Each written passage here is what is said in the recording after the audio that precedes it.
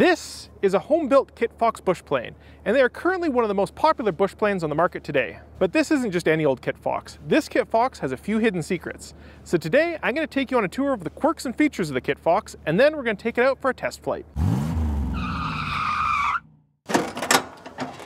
Now you might hear a lot of airplane noise in the background, and that's because we're on an active airport, and this has been the first nice day in months, so there's a lot of people out flying. So the first thing that's special about this Kitfox is actually for sale. So I'm going to post a link in the description below with all the specs and details, but if you're watching this in a couple weeks, you've probably missed your chance. Now the Kitfox is a home-built experimental airplane, which is very popular amongst bush pilots for a number of reasons. One of the reasons these Kitfoxes are so popular is that they're really easy to build. Unfortunately, when they're really easy to build, they're also really easy to build improperly. Now, fortunately, I know the owner of this aircraft and how meticulous he is with his airplanes. So this airplane is actually built really, really well. Now, the owner's been doing a bunch of mods over the past couple of years and taking this airplane from a barn find into something that you would really want to fly. For example, a lot of the interior wiring has been replaced, and that thing looks like a space shuttle inside. Now, one of the first things you'll notice about this Kitfox is these big wheels. Now, they're not as big as some people put on, but they are 26, which is more than enough for most bush applications. Now, they also upgraded the brakes on this with dual caliper Behringers, which are quite a big upgrade for bush flying. Now, with really big bush wheels, you also need a really big tail wheel as well.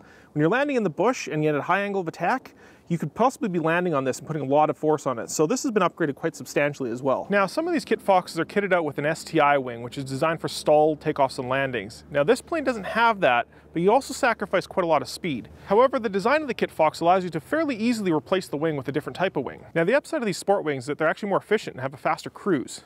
Now, the owner installed these vortex generators, which decreases the stall speed without sacrificing a lot of the high end, kind of giving you the best of both worlds. So while we're talking about wings, we can't forget the most popular feature of a Kitfox, and that's its folding wings. You see, in a Kitfox, all it takes is the removal of a couple bolts and some control arms, and then you can swing the wings back. So if you don't want to pay for expensive hangarage, you just fold the wings back, put it on a trailer, and bring it home. And now the feature that sets this airplane apart. The Lycoming O235. See, most airplanes are flying with a Rotax engine, but this one's flying with a high compression Lycoming. And if you're an old school engine guy, you're gonna know that Lycoming is very sought after. So with old school engines often comes old school parts, which is why on this side there's an old school magneto. However, on that side is a light speed electronic ignition. Now that electronic ignition is gonna give you much better fuel economy, power, and reliability. Now the interior of this Kitfox is pretty special as well. The owner's done a whole bunch of modifications since he bought it. You see, this plane was initially a well-built barn find, and he's taken it, turned it around, and made it into a really, really nice airplane. Now the first thing you notice when you get in is these Alcantara custom Kitfox embroidered seats, but you'll also notice that the seat pan is actually redone in carbon fiber. Now moving forward to the panel, you can see the owner's actually upgraded to a G5. Now, if you've ever flown with a G5, you know that they're quite nice to fly with. Now, moving to the right, you can see the owner's installed a Garmin Era 510. These are great little moving map units. Now, below that is a standard Garmin Mode C transponder. Now, if you're flying to the States, you're going to need to upgrade to an ADS-B transponder, and I've got a video about that, about the Tailbeacon X, which this plane would handle very nicely. And below that is probably my favorite part of the instrument panel, and that's this Garmin integrated radio and intercom system. This thing's really special. It's got Bluetooth audio in it and even spatial audio, so you can figure out exactly who's talking to you from where. Now, those are all the quirks and features for this Kitfox. Now, one of the nice things about Kitfoxes is that they're experimental, meaning you can do any kind of modifications you want. For example, some people replace the whole landing gear with shock monsters so they can do much better bush landings. Other people even put on amphibious floats on these things. And with that, it's time to take it out for a test flight. Now, unfortunately, I don't do tail draggers, so my friend Scott, the owner of this airplane, is going to take us out.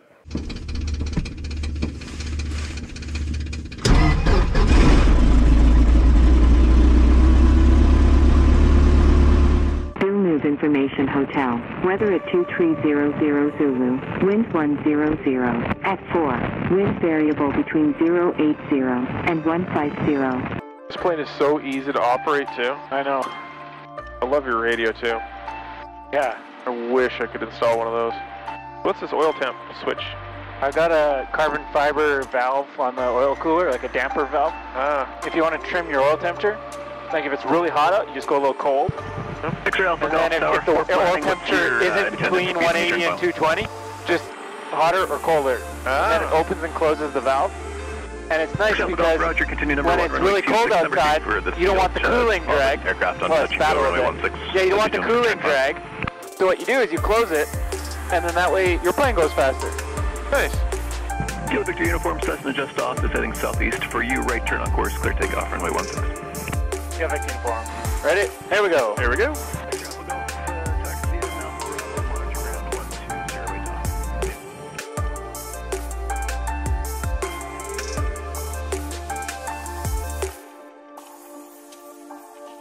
Oh, she's heavy. Yep. There we go. I like how it's got lots of power to get you out. Oh yeah. And we're super heavy right now. Yeah. Have you ever calculated how much fuel it burns per hour? About 4.5. 4.5? Yeah, 4.5 and 5, I figure. That's like right now. Yeah. Not bad. Yeah. Not bad at all. Not quite half of what I get, but pretty close. Yeah. And we're loafing along at 90 knots. Exactly, about the same speed, so. 90 knots, 2300 right now. Yeah, I'll be sad when you get rid of this thing.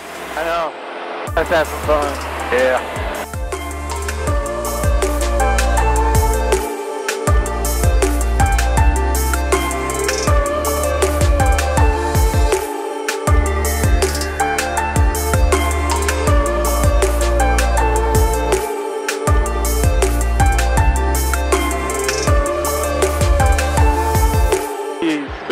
Years since I've done wingovers. These are kind of lame. Plane's heavy though. Yeah.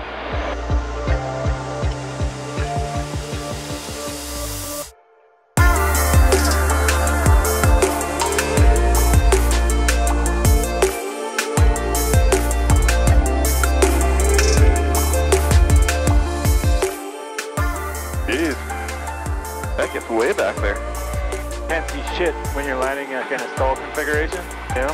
And we're way behind the power curve now. I can bring it up to her not sinking anymore. Yep.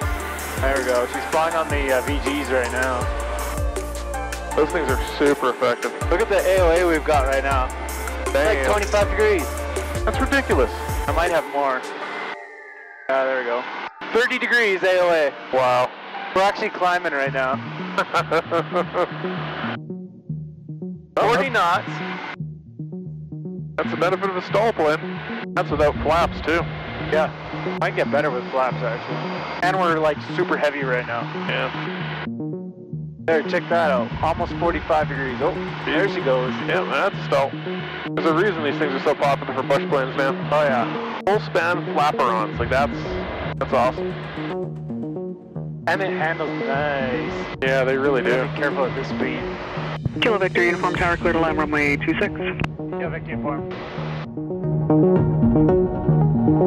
Oh yeah. I love approaches like this. That's wonderful.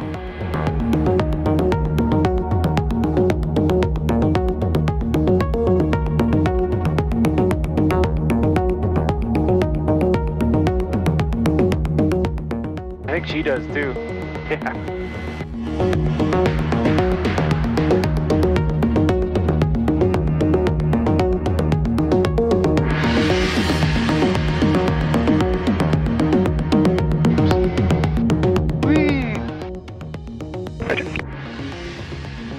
Bouncy, bouncy. Okay, mag check. Alright. And brakes, bring it up to 1,000, right? Good enough. Alright, and then just pull the mix.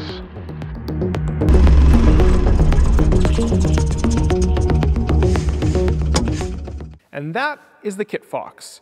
Now, if you enjoyed this video and want to learn a little bit more about ADS-B, you can click on my video over here where I review the Tail Beacon X. And if not, then until next time, fly safe. Now, one of the reasons these Kitfox are so popular is that they're really easy to build. But unfortunately, when they're really easy to build, they're also really